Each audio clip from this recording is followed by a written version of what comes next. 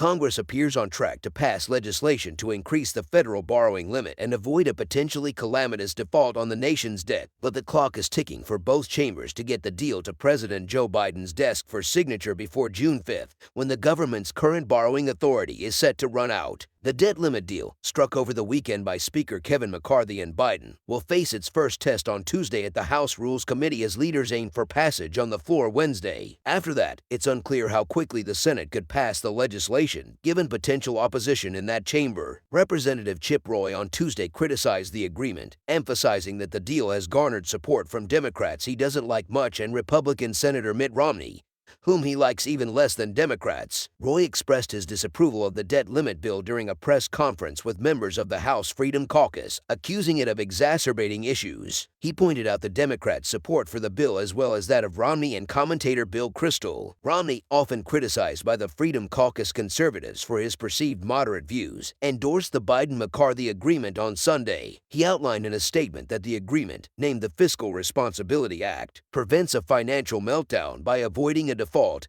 and also limits spending. He further pointed out the inclusion of provisions to strengthen work requirements and reform permissions in the deal. While Romney stated his preference for an agreement that includes entitlements, he regarded the Biden-McCarthy deal as a good-faith bipartisan compromise. Despite Roy's criticisms, House leaders are rallying support for the legislation, which is scheduled for a vote on Wednesday. The measure has raised concerns among both conservative and liberal lawmakers, with several GOP legislators pledging to vote against it. Not one Republican should vote for this deal.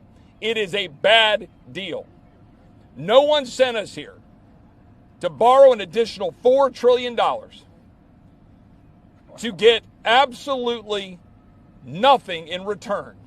But at best, if I'm being really generous, a spending freeze for a couple of years. That's it. That's about what you get. And frankly, you're going to make things worse, and my Democratic colleagues know it. That's why they're supporting it. That's why they're going around gleeful. Look, there's a reason our Democrat colleagues support this. There's a reason that Mitt Romney supports this. There's a reason that Bill Kristol supports this. It's all the same stuff.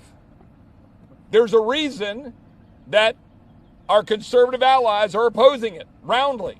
The Club for Growth, scoring against it. The Heritage Foundation, scoring against it. Freedom Works, scoring against it. Ron DeSantis, publicly opposed. President Trump said he thought we should default rather than pursue this kind of lunacy.